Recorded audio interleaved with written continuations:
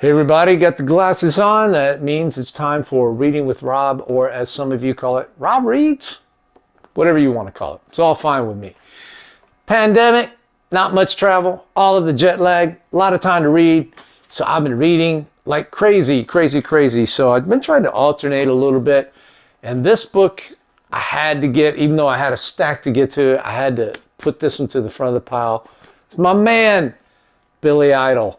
I love Billy Idol. I grew up on 80s music. And so this one I think was written in 2014. It's called Dancing with Myself, Billy Idol. And if I recall correctly, I saw him in concert just a few blocks away, maybe a year or two after this book came out. And I remember saying, wow, Billy Idol, man, cool. And he had held up really well. He had his shirt off. He was all ripped.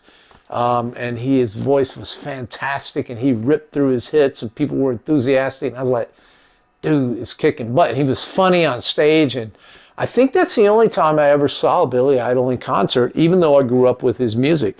So this is his biography, and it covers everything from his upbringing. He was born in the UK, of course, and he's an English boy, but he actually lived part of his childhood in Long Island. And then went back to the UK during his formative years, and he's a punk rocker. You know how I feel about punk music. It's the closest thing to religion I believe in, and really believe in the punk philosophy. And Billy Idol was part of that movement, watching the Sex Pistols up on stage. He basically was hanging out. He was with a band called Generation X, which I am a part of.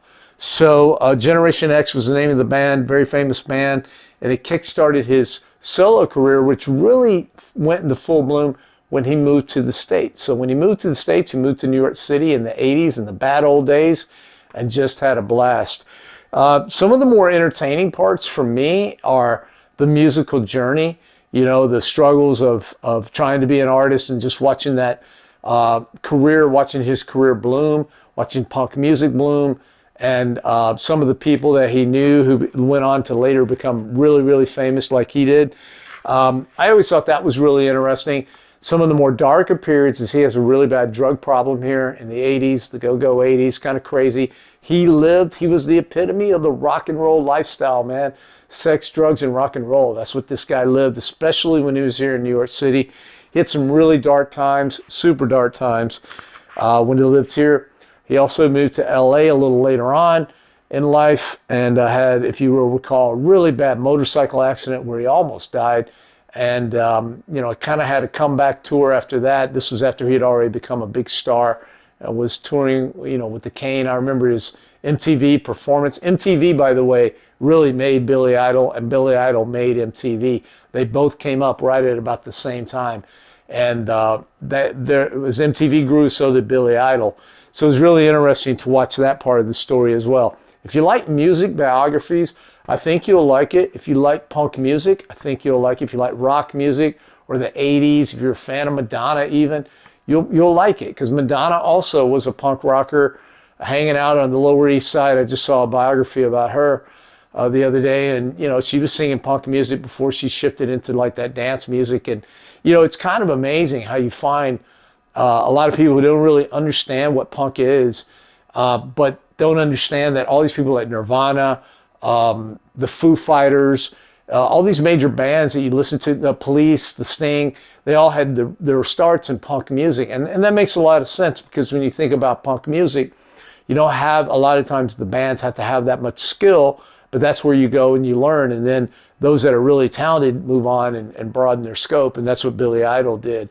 And he became, of course, one of the biggest stars of all times in the 80s. So it takes us through his life, through, you know, modern times when he has grown kids. And it's good to see that maturity. The only thing I really kind of missed was, as he kind of like got away from the drugs after the motorcycle accident, it doesn't really get into a lot of details. How did he get off of that? How did he clean himself up? Because he struggled with it for so long, and it was such a big focus of the book. He didn't really spend a lot of time on that. The other thing, small quibble, and I guess he really puts this out there because it's such a big part of his life, is that he really gets lost in the weeds sometimes about, you know, this CD, that musician, that artist. And these are all people that if you're not in the music business, or if you're not a huge Billy Idol fan, You know, it may bore you a little bit as you get through that. You're like, I'm back with Steve Smith, or I'm back with Keith so-and-so. And you're like, who are these people? Many times I had to Google them. But there were also many times that I saw some familiar names, and that was always really cool too. Like Tony Visconti is a famous producer who produced David Bowie, and I met him when I first moved to New York through a musician friend of mine. I went to a party at his house, I think, once even. And so when you read those names and you're like, wow, and you do the math, and of course living in New York, I moved here in the late 90s, so I was a good 15 years behind Billy Idol when he was here in the bad old days in the 80s, but not that far behind to be able to see some of the familiar places that he played, and some of them are still in business. So I thought it was pretty cool. The other thing I like about it, it's got a lot of pictures. It's always pretty good. And of course that platinum blonde hair is what you see, but that's not natural. You see right there he is as a young man with his sister. And there he is as a young kid. He had a surprisingly normal upbringing, very middle class, upper middle class even. What I liked at the end was his kind of struggle with spirituality. His father was an atheist, his mother was Catholic. And, I told you punk is like the closest thing to religion I have. That's not really true.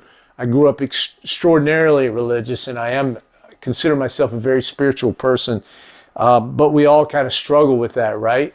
You know, what is coincidence and what is logic versus what is spiritual and mysterious. And so Billy Idol was struggling with that as well.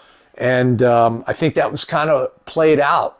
And he had the struggles like the musicianship, which was top rate, and then the drug use, which was just out of control. To be frank with you, his drug use was so out of control. I don't know how the guy, he must have been really, really talented to be able to overcome all that. Because, if I have one beer too many, I'm like, I can't focus today. And I'm a lightweight. This guy, he took it to the extreme.